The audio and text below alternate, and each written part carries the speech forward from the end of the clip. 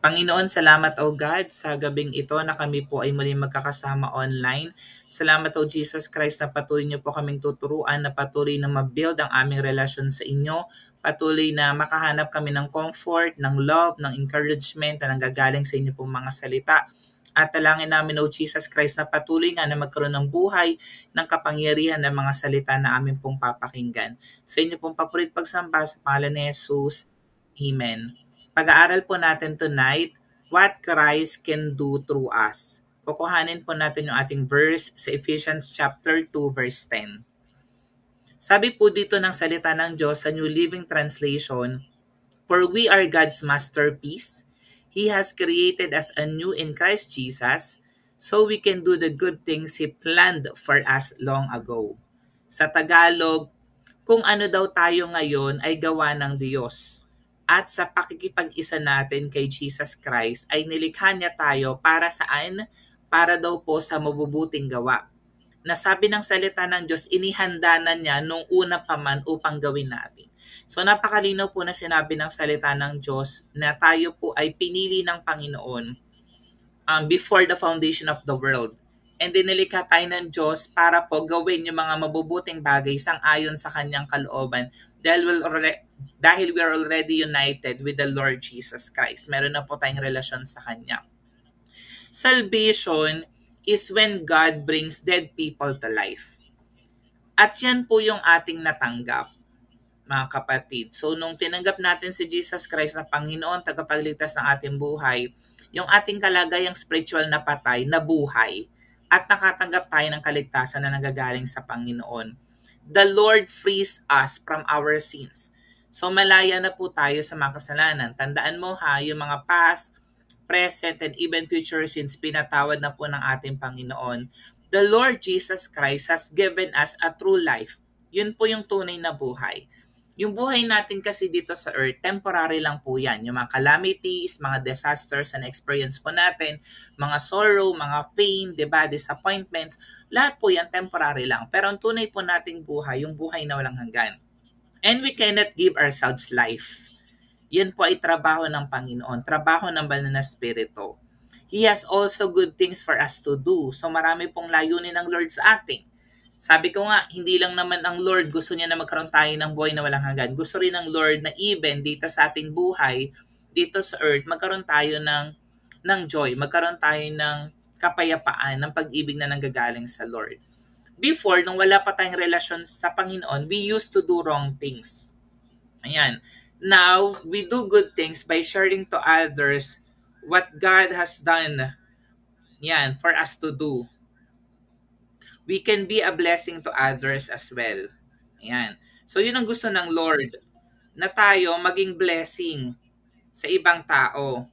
Ayan, na tayo ay gamitin ng Lord mightily for us to be a blessing to other, maging alulod, maging daluyan, maging conduit ng blessing to others. At isang bagay na pwede natin gawin ay sa pamamagitan ng pagbabahagi ng salita ng Diyos. Amen. Yan po yung gusto ng Panginoon.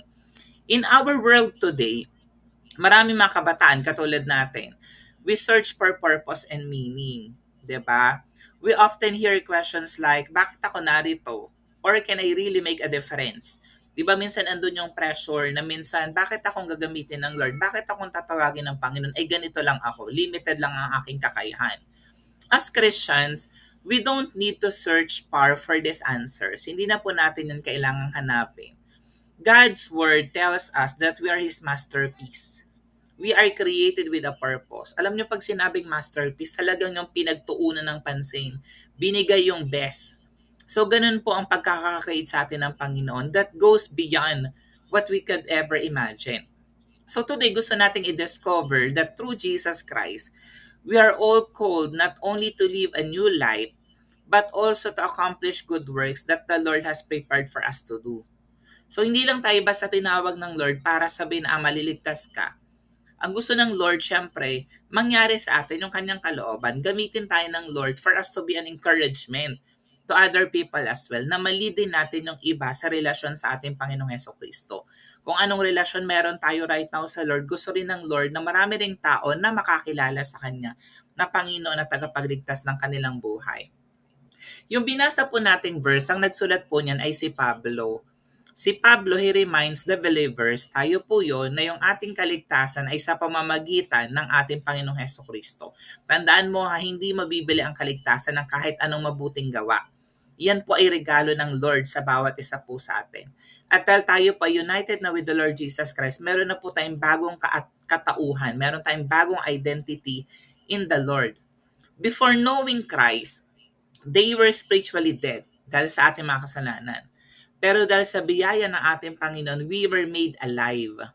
Now we are called to live out this new life by doing good works, which were prepared by God long before we were born. So layunin na po yun ng Lord. Alam na po ng Lord yan na tayo po ay kikilala sa Kanya na Panginoon, tagapagligtas ng Kanyang buhay at gagamitan niya to whatever purpose. Ayan. Sabi dito, it is a powerful reminder of God's plan and purpose for our lives. Yung word na masterpiece or workmanship in other translations, it signifies something carefully and beautifully made. Yan. Ganda no, we were carefully and beautifully made. Kumbaga, hindi binasta lang, 'di ba? So kung meron tayong gagawin na isang bagay, binigay talaga yung best. Ganun yung pagkaka-create sa atin ng Lord. We are not accidents, but we are intentional creations of God, formed for a purpose, uniquely. 'Di ba kahit nga yung mga twins, hindi pa rin naman sila talaga 100% na parehong-pareho. When Paul says that God created us anew in Christ Jesus, he is referring to the work of salvation. God brings dead people to life. Yun yung nangyari sa atin sa pamamagitan ng death and resurrection ng ating Panginoon. Kaya nga si Lord Jesus Christ, di ba napako sa krus, namatay siya sa krus, and then after 3 days, he rose again. Para tayo, napatay spiritually, magkaroon ng buhay, ma-born again. Yun yung born again. And this new life isn't just for us to enjoy. Tandaan mo, hindi lang basta ini-enjoy yung kaligtasan. It comes with a mission. Yan. God has prepared good things for us to do. As believers, we move from a life of doing wrong things to a life where we can be a blessing to others by sharing what the Lord God has done in us. Kung anong ginawa ng Panginoon sa bawat isa po sa atin. Una na gusto kong ituro sa atin, salvation, the Lord God brings dead people to life. Ito po ay makukuha natin sa The Valley of Dry Bones, Ezekiel chapter 37 verses 1 to 14. Dito sa Ezekiel, nagkaroon siya ng vision ng dry bones coming back to life. It is a picture of what the Lord God does to us through our salvation. He brings us who were dead in sin back to life in Christ. Ganun yung kalagayan natin dati. Patay tayo in the spirit. Without Christ, we were like dry bones. We were spiritually dead. Pero dahil sa kaligtasan na tinanggap natin sa Panginoon, we are made new. Yan, ito yung itsura natin. Yan. So dry bones po ang ating kalagayan na binigyan ng buhay ng ating Panginoon. So basahin natin, sabi dito ng salita ng Diyos, nadama ko ang kapangyarihan ni Yahweh. Sa salita po dyan si Prophet Ezekiel. At sa pamamagitan ng kanyang espiritu, ay dinala niya ako sa isang libis na puno ng kalansay. The ones that I have showed you earlier. Inilibot niya ako sa lugar na puno ng mga kalansay na tuyong-tuyo na. Tinanong niya ako, Ezekiel, anak ng tao, palagay mo ba ay maari pang mabuhay ang mga kalansay na ito? Sumagot ako, kayo po lamang nakakaalam, Yahweh. Ganda ng sagot niya, no? Kasi, di ba tayo, hindi naman talaga natin trabaho na iligtas ang tao. That is the work of God. Tayo po ay ang vessel, instrument lang ng Lord. Sinabi niya sa akin, magpahayag ka sa mga kalansay na ito. Sabihin mo mga tuyong kalansay, dingginin niyo ang salita ni Yahweh. Itong ipinapasabi na, bibigyan ko kayo ng hininga at kayo'y mabubuhay. Lalagyan ko kayo ng litid at laman at babalutin ng balat. Bibigyan ko kayo ng hininga at kayo'y mabubuhay. Sa gayon makikilala ninyong ako si Yahweh. Sa verse 7, nagpahayag nga ako, sabi dito, tulad ng utos sa akin, nang ako'y nagsasalita, nagkaroon ng malakas na ugong at nabuo ang mga kalansay. Nakita kong sila nagkaroon ng litid at laman. Nabalot sila ng balat, ngunit hindi pa humihinga. O diba, nabubuhay. Nagkakaroon na ng litid, ng laman, yung dry bones, pero sabi dito, hindi pa humihinga. Sinabi sa akin ni Yahweh, Ezekiel, anak ng tao, tawagan mo ang hangin sa lahat ng dako Sabihin mong ipinapasabi ko, hangin, hingahan mo ang mga patay na ito upang sila'y mabuhay. Nagpahayag nga ako at ang hangin ay pumasok sa kanila. Nabuhay nga sila at nang magtayuan sila'y ubod ng dami, parang isang malaking hukbo. Sinabi sa akin ni Yahweh, Ezekiel, anak ng tawang bansang Israel ay tulad na makalansay na ito. Sinasabi nila, tuyo na ang aming mga buto, wala na kaming pag-asa. Lubusan na kaming pinabayaan. Di ba ganun yung kalagayan ng ating mga kapatid ngayon? Mga nasalanta ng bagyo, yung mga pag-aari nila, yung mga tahanan nila, 'di ba? Minsan yung mga mahal nila sa buhay, 'yan. So feeling nila lubusan na silang pinabayaan. Pero sabi dito, kaya nga magpahayag ka, sabihin mong ipinapasabi ko, bayan ko, ibubukas ko ang inyong libingan, ibabangon ko kayo at iuwi sa inyong bayan. Ang ganda ng pangako ng Lord, no? Kung maibukas ko na ang inyong libingan at maibangon ko kayo, makikilala ninyong ako si Yahweh. Hihingahan ko kayo upang kayo mabuhay at ibabalik ko kayo sa inyong sariling bayan. Sa gayon malalaman ninyo na akong si Yahweh nagsabi nito at aking gagawin. Kaya nga tayo as Christians, napakahalaga na nagagamit tayo ng Lord na naipapakilala ang ating Panginoon. Especially sa mga tao, nakita naman po natin na homeless, na parang worthless, 'di ba? Parang wala na po silang direction, mga nawawalan ng pag-asa. So dito sabi nga dry bones and new life. Yan. 'Di ba sabi ng Lord, I will put my spirit in you and you will live. So trabaho po 'yan ng ating Panginoon. And he said to me, son of man, can these bones live? Anong sagot ni Ezekiel? And I answered, O Lord God, you know. 'Di ba? May mga katanungan na hindi naman talaga natin kayang sagutin. May mga pangyayari sa buhay na hindi naman tayo sure kung bakit nangyayari. Pero dapat patuloy tayo nagtitiwala sa Lord. Ang Lord ang makakagawa ng mga bagay na yan. Kaya nga sasabihin natin sa Panginoon, Oh Lord God, you know. So we cannot save ourselves. Or we cannot give ourselves life. Even our parents, yung buhay natin galing yan sa Panginoon. Only the Lord Jesus Christ, yan, sa Panginoon lamang talaga tayo makakatagpo ng tunay na buhay. At yung tunay na buhay na yon, sabi nga, hindi lang yung buhay dito sa earth, kundi na-extend yan sa buhay na walang hanggan. Pangalawa na kailangan mong tandaan, God frees us from our sins and gives us a new life. Always remember that, mga kapatid. Nung tinanggap mo na si Jesus na Panginoon, tagapagligtas ng buhay mo, napatawad na ang inyong mga kasalanan. Katulad ng example nito kay Apostle Paul sa Acts chapter 9. Si Paul was once a persecutor of Christians, bound by sin and hatred. Ganun po si Apostle Pablo, pinapatay na ang mga Kristyano, ang mga born again, yung mga nagpipreach ng gospel about the Lord Jesus Christ. Pero nung na-encounter niya si Jesus, he was transformed and set free from his sinful ways. Tingnan mo, nababago ng grasya ng Diyos, ng biyaya ng Diyos. Nabago si Pablo nung siya ay nakakilala kay Jesus. Si Paul, he became one of the greatest missionaries and wrote much of the New Testament. Yung 1/3 ng New Testament, sinulat po ni Pablo. His new life was marked by good works that glorified God. So ito yung kanyang storya. Mababasa niyo po yung storya niya sa Gawa chapter 9 verses 18 to 22. So ito yung time na nabulag na si Pablo, ayan. Pero nung nakita niya si Jesus Christ kasi nabulag siya. Pero nilid ng Lord si Ananias na through him makakita muli si Saulo. Sabi dito, noon di may nalaglag na tila, mga kaliskis mula sa mga mata ni Saulo at nakakita siyang muli. Tumasyo siya at nagpabautismo. Kumain siya at nagbalik ang kanyang lakas. Si Saulo'y ilang araw nakasakasama ng mga alagad sa Damasco at agad siyang nangaral sa mga sinagoga na si Jesus ang anak ng Diyos. Diba? Dati kalaban, pero ngayon nag-preach na siya na si Jesus Christ ay Son of God.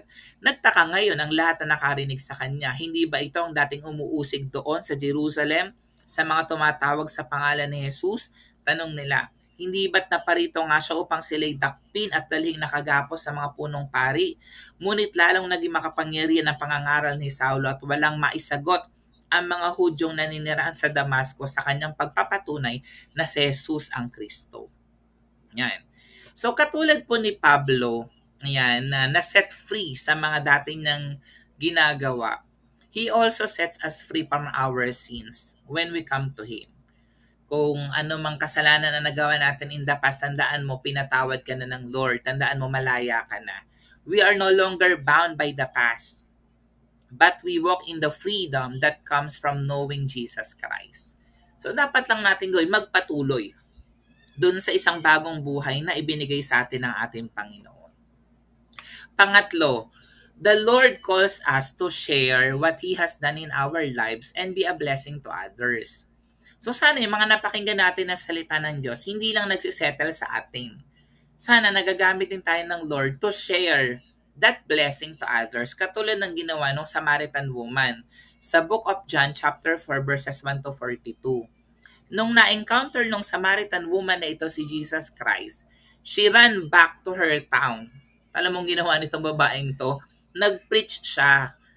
She told Jesus Christ kung anong ginawa ng Panginoon sa kanyang buhay. She was once ashamed kasi nga madami siyang asawa. Yan, siya ay makasalanan. But after meeting Jesus Christ, she became a blessing to her community by spreading the good news. Diba? Kapag ganung may kasalanan ka nagagawa, di ba hindi ka makakapag-pakita sa community.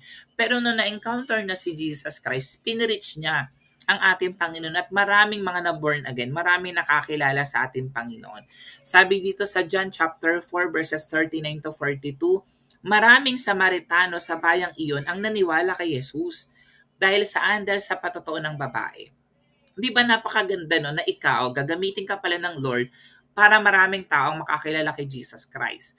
Sinabi niya sa akin ang lahat ng aking ginawa. So yung babaeng to, kilala ng Lord lahat ng ginagawa ng babaeng ito. Kaya't pumunta sila kay Jesus at nakiusap na tumigil muna siya roon at tumigil nga siya roon sa loob ng 2 araw. So nakapag-preach pa, nakapag-minister pa si Jesus Christ sa mga taga-Samaritan. At marami pang sumampalataya nang mapakinggan siya. Pagkatapos sinabi nila sa babae, naniniwala kami ngayon, hindi na dahil sa sinabi mo, kundi dahil sa narinig namin siya. So sana ganun. Naniniwala ka kay Jesus Christ, hindi lang dahil sa naririnig mo sa akin, pero dahil mayroon ka ring personal encounter, personal witness sa ating Panginoon. Paano mangyayari yon? Sa pamamagitan ng pag-aaral ng salita ng Diyos. Quiet time. Ikaw mismo, magbasa ka ng Word of God. Ikaw mismo, mag-worship ka, manalangin ka sa Panginoon. Alam na namin siya nga ang tagapagligtas ng sangkatauhan. So sana magkaroon tayo ng ganong revelation, hindi lamang true listening to what I am saying to you tonight, kundi ikaw mismo, magkaroon ka ng personal encounter sa Panginoon. So paano po natin to ma-apply? In the same way, we are also called to share our testimony with others. When we tell others about what Christ has done in us, we are doing the good works He planned for us. Diba? Minsan ang paggawa naman ng kabutihan hindi lang naman sa pagkakawang gawa in the physical. Minsan yung pag-share ng Word of God, pag-pray to others, pag-encourage ng ibang tao, pagbibigay ng oras, ng panahon for them. And we become a blessing to those around us.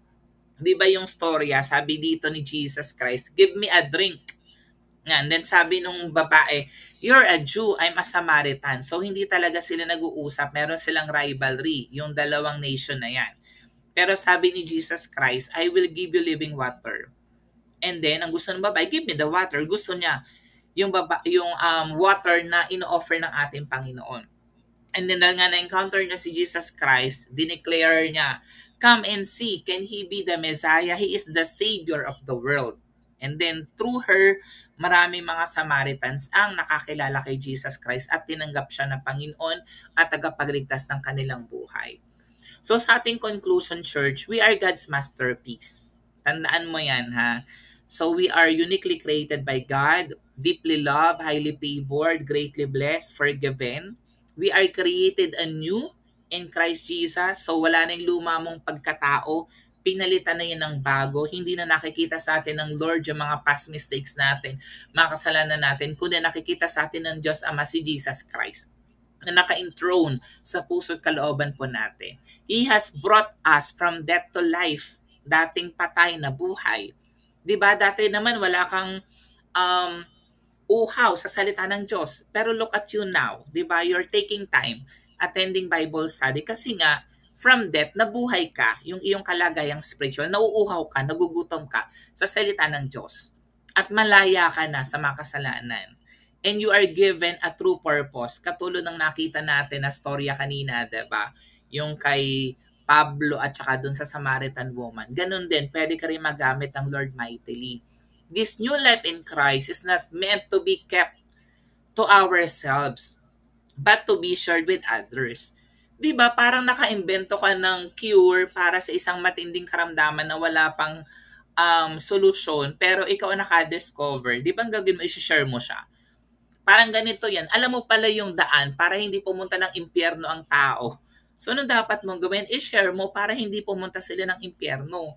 Yung mga mahal mo sa buhay, hindi pumunta ng impyerno, kundi pumunta ng langit sa pamamagitan ng relasyon sa ating Panginoon. Through the good things we do, we point others to God's grace and love. So, laging ganon. Gumagawa tayo ng mabuti sa kapwa.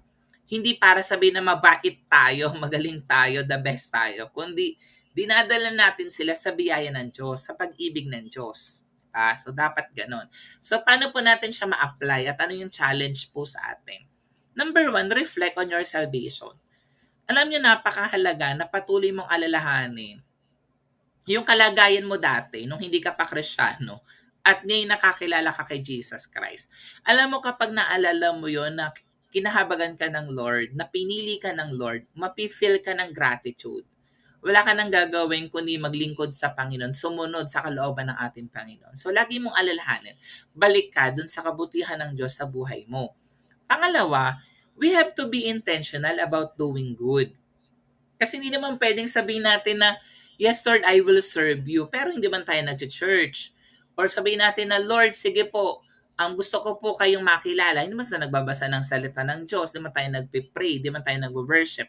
So kailangan mahanap tayo ng pagkakataon for us to share the love of God to others. Marami ang kaparaanan, church. Pwedeng through monetary, pwedeng sa ating talento, sa ating oras, di ba? Whether it's helping someone in need, or even sharing your testimony, we allow God to work through us. So, hayaan natin, paggamit tayo sa Panginoon, sa ating community, sa ating family, sa ating mahal sa buhay, sa ating katrabaho, sa ating kaklase. Pangatlo, be a blessing.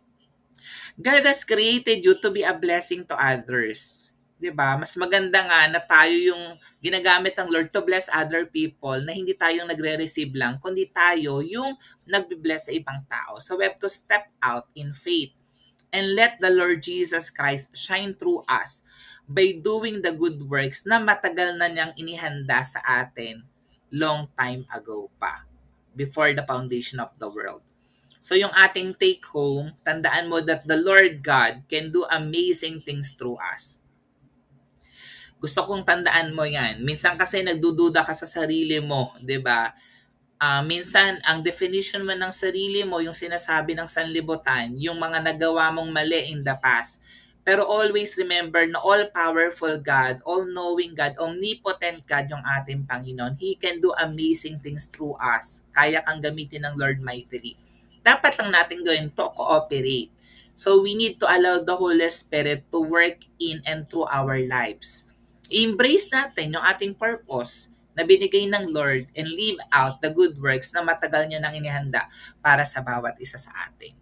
Tayo pong manalangin. Panginoon, salamat o God na kami pong lahat ay gagamitin niyo pong mightily, that the Lord Jesus Christ can do a lot of things through us. Alam po namin, Panginoon, nakasama ka namin, O Father God, hindi ka nakatingin sa mga nagawa po naming mali in the past, kundi ka nakatingin ka sa pananampalataya namin sa inyo, na tinanggap din namin mula sa inyo, Father God. We pray, Lord God, na maging conduit kami, maging blessing kami to other people of your grace, patuloy na maging extension kami ng love na nanggagaling nga po sa inyo, Father God, at patuloy nga, O Jesus Christ, na sa lahat po ng aming gagawin, magtagumpay kami. At sa aming pagtatagumpay, yung honor, yung glory, yung papurit pagsamba, patuloy naming mabalik sa inyo, Jesus Christ. Sa inyo pong papurit pagsamba, sa pangalan ni Jesus, Amen.